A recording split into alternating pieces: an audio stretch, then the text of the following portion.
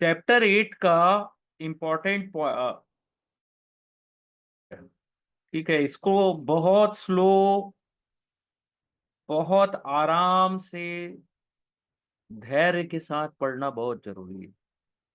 Chapter 8 और chapter 3 decide कर सकता है कि आपके कितने नंबर आने वाले हैं। ठीक है, 3 और 8 दोनों में, यानी कि 3 बेसिक है और 8 इसका एडवांस रूप है। ठीक है, तो लास्ट क्लास से आगे बढ़ते हैं अपन। Balance sheet matrix. ठीक है, जो बैलेंस शीट होता है most often fail to properly reflect the fair value of asset on account of certain accounting concept and conventions such as historical cost concept and money measurement concept। ये दो पे fail हो जाता है, fair value नहीं पता चलती अपने को। The standard categorization of balance sheet line item may not be suitable for all type of analysis। ठीक है, देखिए जब भी अपने को ये बुक रीड करना है, जब भी अपन रिसर्च एनालिस्ट का एग्जाम देने जा रहे हैं, तो हमारी थॉट प्रोसेस जो है, हमारी सोच है, वो एक एनालिस्ट जैसी होनी चाहिए। ठीक है, तो फर्स्ट होता है टोटल डेप्थ। डेप्थ क्या होता है? डेप्ट are obligation that are settle through cash और involve interest that are given as compensation for time value of money. ठीक है, अपने को सेटल करना है कैश में, साथ में इंटरेस्ट भी पेड करना है। ठीक है, as a compensation for time value of money. To date extent dept is different from all other liability. जो डेप्ट होता है अदर लाइबिलिटी से डिफरेंट होता है। ठीक है, एनालिस्ट, रिसर्च एनालिस्ट का क्या काम होता है? मैं need to identify the total value of डेप्ट। अपने को आइडेंटिफाई करना है कि टोटल वैल्यू ऑफ डेप्ट कितनी है। This is calculated by summing long term dept, current portion of long term dept, short term dept, financial lease obligations and accrue interest. ठीक है, तो यहाँ पे भारतीय एयरटेल का जो टोटल कंसोलिडेटेड डेप्ट है वो 12.87 बिलियन है, जो कि चार्ट में दिया गया है। ठीक है, ये यहाँ पे 12.87 फॉर 31 मार्च 2019 और 11.41 फॉर 2018। वर्किंग कैपिटल क्या होता है? Next is what is working capital. Working capital refer to the amount that is lock in a day to day operation of the business. जो डे, अपना प्रतिदिन जो काम चल रहा है, ऑपरेशंस यानी कि क्या काम अपना चल रहा है, ठीक है, उसमें जो एक्सपेंस आते हैं, जो खर्चे आते हैं, ठीक है, उसको वर्किंग कैपिटल भी बोलते हैं। Day to day operational cost है ना, टोटल कॉस्ट होता है। तो इसको कैसे कैलकुलेट करते हैं? Current assets minus current liabilities. तो आपका वर्किंग कैपिटल आ जाता है कैलकुलेट करने पे। As per the balance sheet of Bharti Airtel exhibit 8D, working capital क्या है? निगेटिव में है, 601 बिलियन। ठीक है, क्योंकि इसका करंट असेट्स कितना है? 329 बिलियन और लाइबिलिटी है 930 बिलियन। तो यहां से वर्किंग कैपिटल निकल आता है। ये सब चीजें केस स्टडीज में भी काम आती है सर। ठीक है, फिर होता है core working capital. The current asset of company often include short term investment. ठीक है, which not necessary mean for business operation. ठीक है, current liability of company include many short term obligations which do not necessary arise of day to day operation. ठीक है, तो calculating working capital as difference between current and current liability are misleading.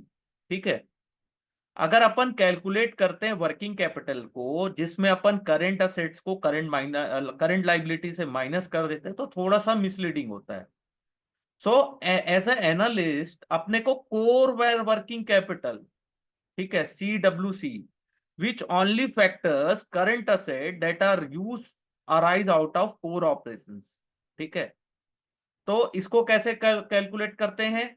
Current asset जो कि core operation में use हो रहा है, तो इसको कैलकुलेट करते हैं inventory plus receivable minus trade payable. ठीक है, तो इन्वेंट्री अपनी 884 है, डेप्ट है अपना 43, पेएबल है 280। तो ये टोटल डेप्ट अपना आ जाता है यहाँ पे, ठीक है। बेसिक ऑफ, फिर नेक्स्ट है basic of PNL, profit and loss accounts. इसको भी डिटेल में समझना बहुत जरूरी है, क्या होता है। प्रॉफिट एंड लॉस स्टेटमेंट और income statement provide the financial performance of a firm for a given period, ठीक है। फिनेंशियल परफॉर्मेंस कैसा रहा एक समय में, ठीक है, उसको डिसाइड करता है। तो पीएनएल का जो फॉर्मेट है वो कहां से आता है, schedule 3 of company act 2013 prescribe the format for PNL account.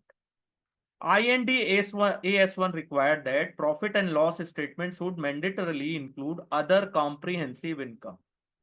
Item contributing to other comprehensive income are shown below the net profit, ठीक है। अदर कॉम्प्रिहेंसिव इनकम को भी इंक्लूड करना है पीएनएल में, ठीक है। The format applicable for banking, insurance and utility are prescribe by respective regulators. Banking, insurance और यूटिलिटीज कंपनी का जो फॉर्मेट है वो उनके रेगुलेटर्स प्रोवाइड करते हैं, उनको जरूरी नहीं है कि वो शेड्यूल 3 को फॉलो करें, ठीक है। The following exhibit show the consolidated profit loss account of Bharti Airtel. तो यहाँ पे पीएनएल इनका दिया गया है, ठीक है। तो इसमें क्या क्या चीजें होती है, प्रॉफिट एंड लॉस अकाउंट में क्या क्या आइटम इंक्लूड होते हैं। पहला होता है रेवेन्यू, ठीक है। बहुत बार तो रेवेन्यू से रिलेटेड ही क्वेश्चंस आ जाते हैं, रेवेन्यू पूछता है, लोगों से बनता ही नहीं है, ठीक है। तो रेवेन्यू क्या होता है, revenue represent the amount earn by company by selling good and service. Revenue कहां से जनरेट होता है कंपनी को, गुड्स एंड सर्विस सेल करने से, ठीक है। It include income from source that are part of its core operation as or are incidental, ठीक है। Some company show income from core operation as revenue, कुछ कंपनीज जो core operation से भी रेवेन्यू होती है उसको भी इंक्लूड करते हैं। And income that are incidental to core operation as other operating income, ठीक है। अदर ऑपरेटिंग इनकम में क्या क्या आता है, जैसे अपन ने इन्वेस्टमेंट किया और प्रॉफिट और सेल ऑफ असेट्स करने के बाद जो पैसे बनते हैं वो अदर इनकम्स में आते हैं, ठीक है। एक्सपेंस क्या होता है, expense reporting very based on nature of industry. Industry के नेचर के अनुसार उसका एक्सपेंस आपका वेरी करता है, यानी कि डिफरेंट होता है। जैसे employ cost, depreciation, financial charges, ठीक है। In case of manufacturing industries company report 3 more standardized item, जैसे कॉस्ट ऑफ रॉ मटेरियल्स, वो भी एक्सपेंस है। Purchase of stock in trade, change in inventory of finished goods, expense that are not separately disclosed are included as a part of other expense, ठीक है। An interesting difference in financial reporting between India and rest of the world that, देखो, financial report जो होती है अपने देश में और दूसरे देश में, उसमें क्या डिफरेंस है कि India are expected to be general purpose statement. अपना देश जो देता है स्टेटमेंट प्रोवाइड करते हैं वो जनरल पर्पस होता है। बाकी अदर्स पार्ट ऑफ वर्ल्ड में ये कैटर होता है प्राइमरी टू इन्वेस्टर्स, ठीक है। So this make expense reporting in India very significantly compare to rest of the world. India financial statement, जो अपने देश का फाइनेंशियल स्टेटमेंट्स होता है, some light items such as raw material have higher level of disclosure requirement, ठीक है। कुछ में आपको बहुत ज्यादा डिस्क्लोजर देना पड़ेगा रॉ मटेरियल्स के लिए, while in some cases as other direct expense the disclosure requirement are lower. कुछ में आपको डिस्क्लोजर नहीं देना पड़ेगा या बहुत कम देना पड़ेगा, ठीक है। The following provide explanation on various expense reported in PNL. Profit and loss में जो अपने को एक्सपेंस अपन रिपोर्ट करते हैं उसका डिटेल है। पहला होता है cost of raw material, this represent the amount of raw material consume in the production process. For companies that follow periodic investment inventory accounting system, the same is compounded as purchase plus opening stock of raw material minus closing stock of raw material.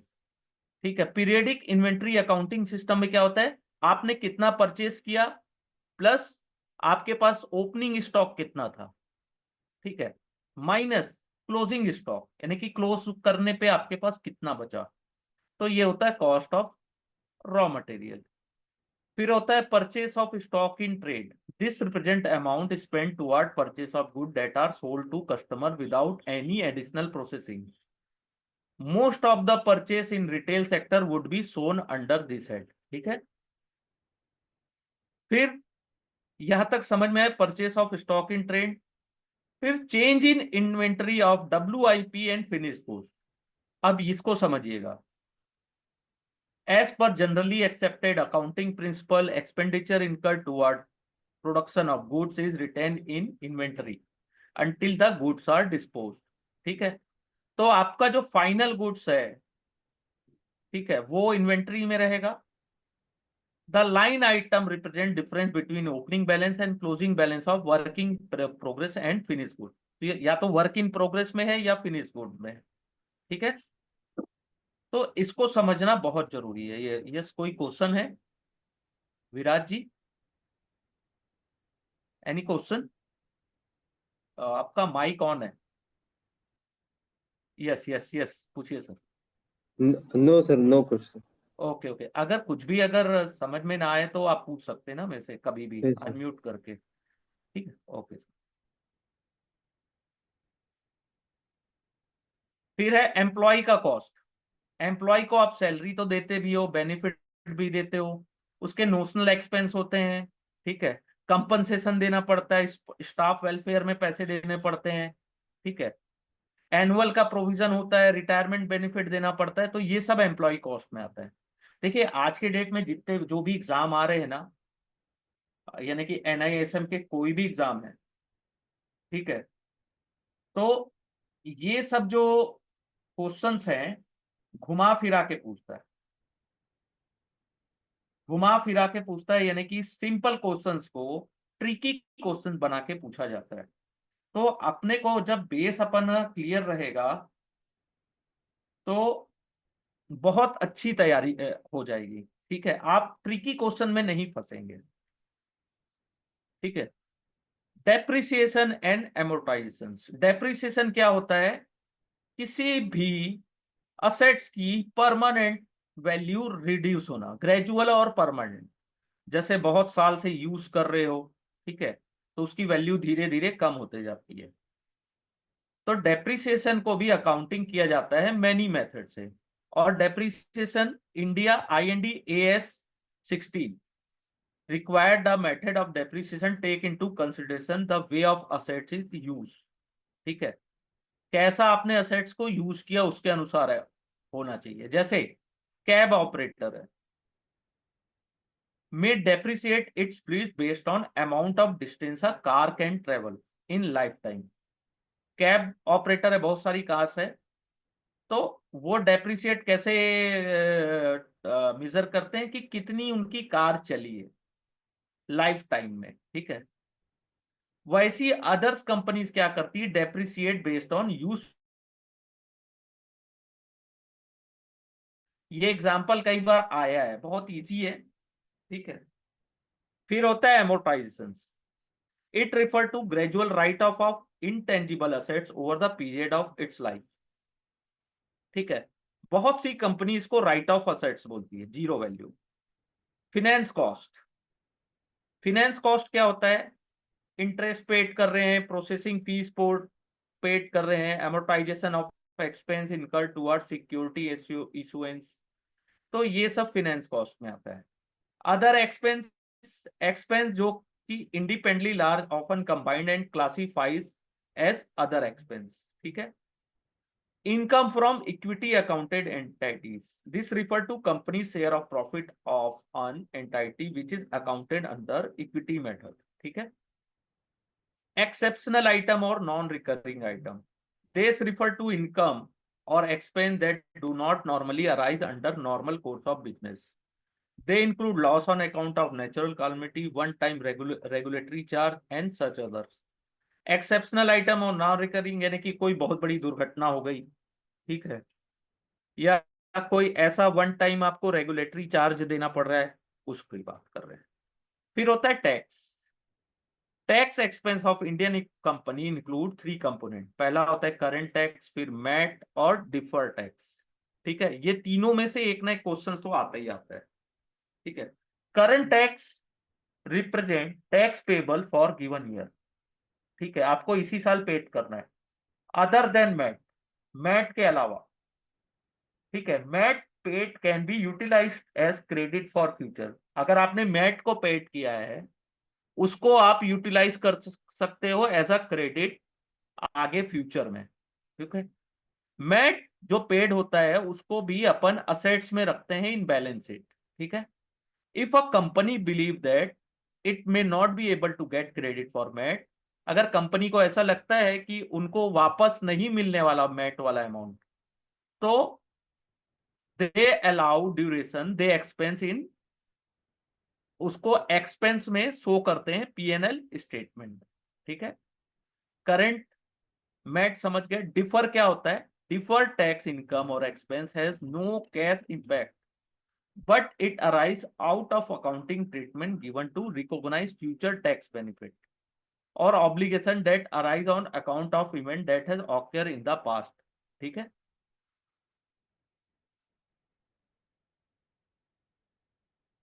फिर होता है profit allocated to non controlling interest या minority interest.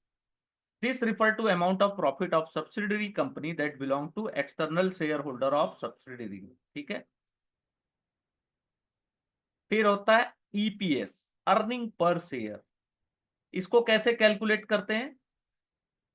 Earning per share is calculated by dividing the net profit attribute to a equity shareholder by the average number of share outstanding। Outstanding shares, ठीक है, net profit divided by outstanding number of outstanding shares। ठीक है, एक होता है basic EPS और diluted, ये आता है कई बार।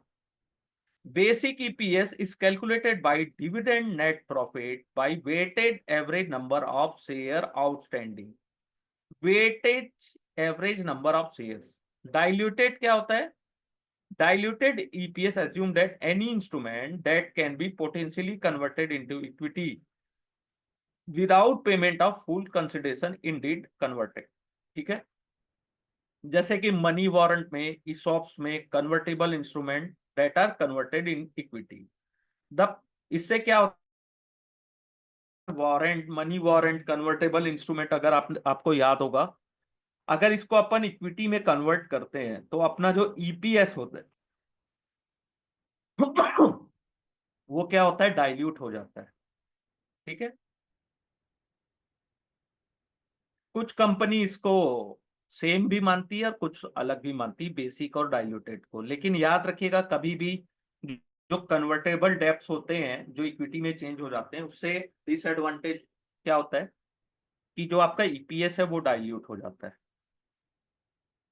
Other comprehensive income, other comprehensive income refer to income or expense that are required to or permitted to bypass PNL, to bypass PNL profit and loss account। ठीक है, in mostly comprise of change in value of assets and liability on account of non operating factors, जैसे change in revaluation surplus, remeasurement gain and defined benefit plans। Gain arise on account of translation of financial statement of foreign operations, change in fair value of financial assets or liability that are accounted through OCI, gain loss on account of derivative contract that are effectively hedge risk। ठीक है, तो इससे ये सब चीजें क्या होती है? अदर कॉम्प्रिहेंसिव इनकम में आती है। ठीक है, ये भी पूछा जाता है तो इसको अच्छे से देख लीजिएगा, कई बार ओसीआई का फुल फॉर्म भी आ जाता है। अब key metrics from profit and loss accounts.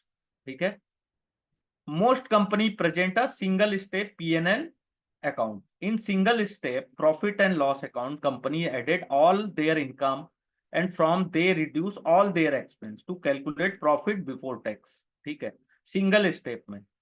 Some company choose present multi step PNL account. ठीक है, जैसे भारती एयरटेल ने multi step PNL account show किया है। ठीक है, which operating profit before tax, depreciation and non operating income, EBITDA, उसको कैलकुलेट किया गया है। ईबीटा को किसमें, मल्टी स्टेप प्रॉफिट में, प्रॉफिट अकाउंट्स में प्रेजेंट किया जाता है। ठीक है, तो यहाँ पे आप देख रहे हैं मल्टी स्टेप्स है ना, revenue, other income, net operating excess, charges, license fees, employ benefit, sales और marketing, other income.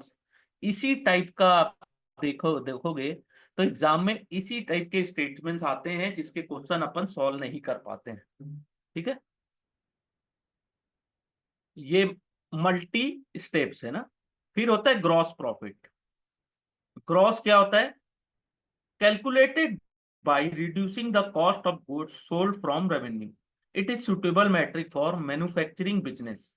It refer to surplus that a company can use to make its fixed expense. ठीक है, in case of Indian companies, they do not disclose direct cost separately. It is not possible to calculate the metric. ठीक है, earning before interest, tax, depreciation and amortisation, ईबीटा, इसको बहुत अच्छे से पढ़ेंगे अपन। ठीक है, net profit of company affected by interest, जो नेट प्रॉफिट किसी कंपनी का होता है वो अफेक्ट होता है इंटरेस्ट से, डेप्रिसिएशन से और amortisation. Interest expenses driven by funding choice of company, while depreciation, funding choice यानी कि आपने डेप्ट लिया है, डेप्ट और इन्वेस्टर को इशू किया है तो उसका आपको इंटरेस्ट पटाना होगा। फिर depreciation and amortisation are driven by accounting choice, आपने कौन सा अकाउंट चूज किया है। कंपनी में also earn certain investment income and other non operating income which are again driven by choice of treasury management. All this affect a proper comparison of operating profit between companies. ठीक है, तो पहला, ईबीटा को जानने से पहले EBIT जानिए, earning before interest and tax, यानी कि आपका जो इंटरेस्ट और टैक्स से पहले आपकी अर्निंग क्या है। जैसे ईबीटा बहुत यूजफुल मैट्रिक्स है, it omit the factor impact of capital expenditure completely, some capital expenditure are recurring in nature. ठीक है, therefore ignoring such expenditure may give misleading result. तो एनालिस्ट क्या करते हैं, कंप्यूट करते हैं EBIT which take into consideration depreciation and amortisation as expense. तो EBITA में आप देख रहे होगे कि डी और ए गायब है, तो यहां पे इन दोनों को एज अ एक्सपेंस ट्रीट किया जाता है। तो ये ऐसी कंपनीज में ईबिट कैलकुलेट किया जाता है। ठीक है, most analyst also refer to EBIT as operating profit. ठीक है,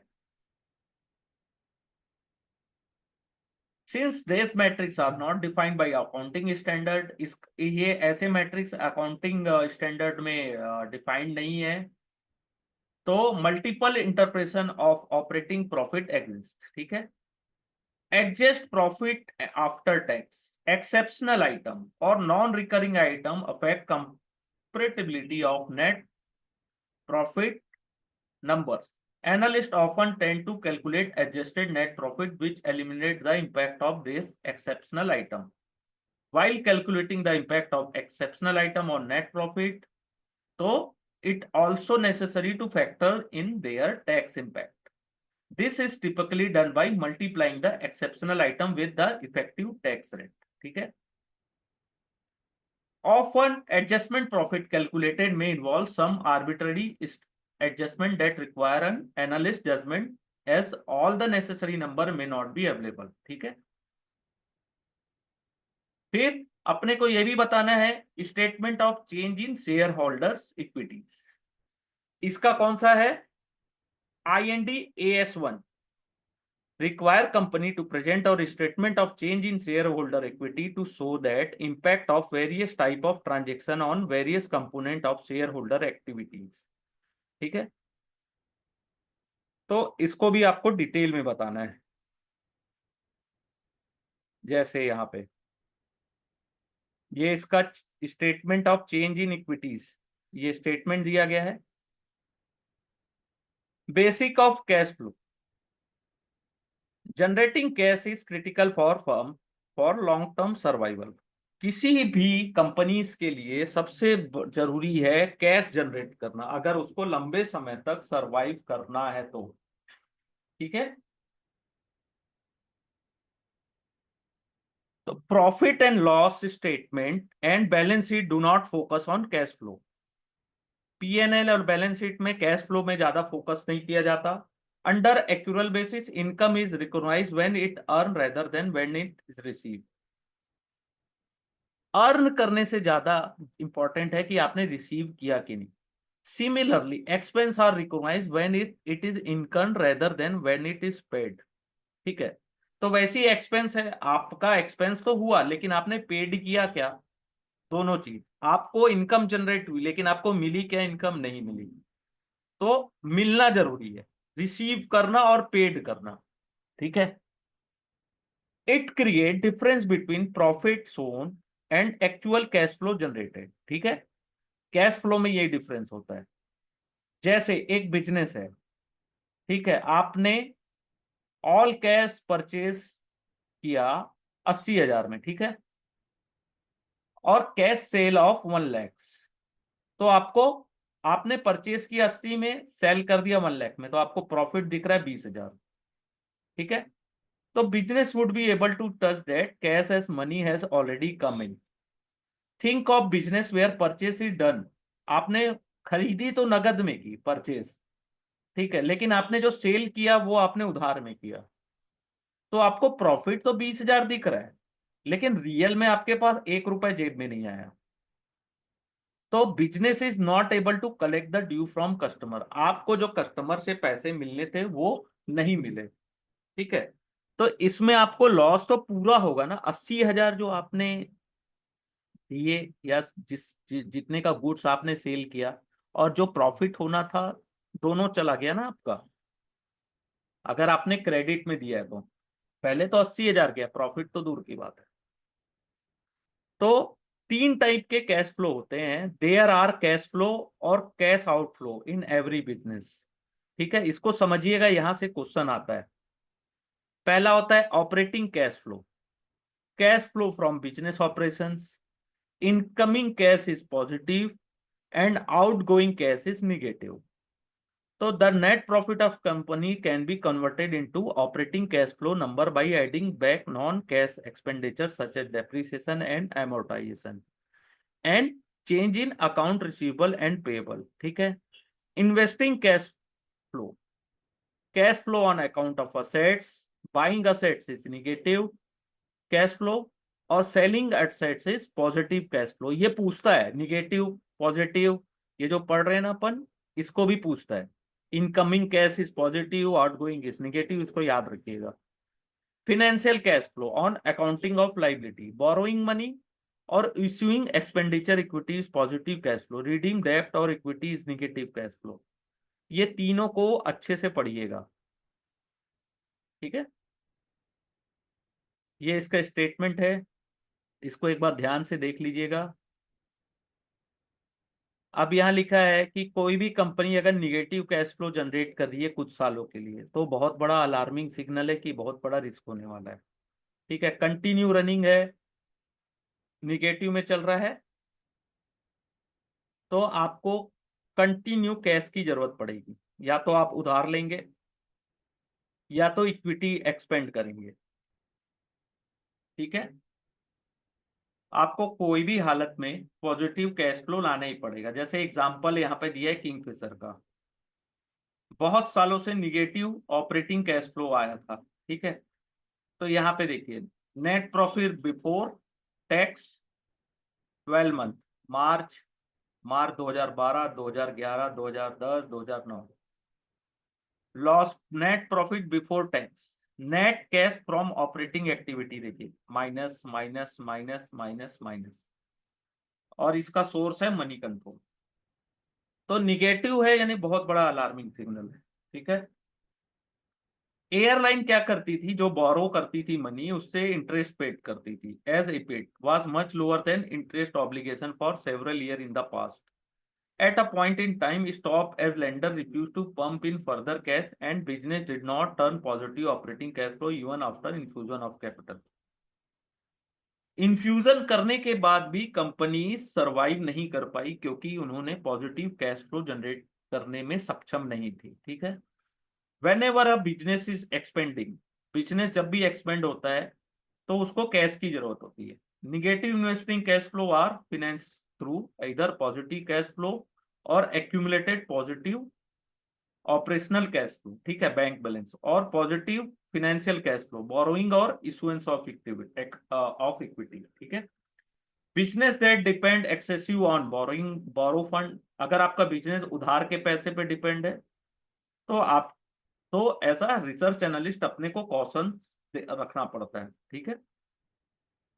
some point to be kept in mind in case of cash flow, इसको बहुत जरूरी है, इसको देखिएगा। Net cash flow should be deceptive, each of cash flow streaming operating investing and financial have to be analyse independently, ठीक है। 3 type के cash flow, उन तीनों को आपको इंडिपेंडेंटली चेक करना है। The objective of cash flow analysis has to be focus on sustainable and recurring cash flow, ठीक है। Non-recurring and extraordinary item that impact the cash flow should be recognized and adjusted, ठीक है। यहां तक clear?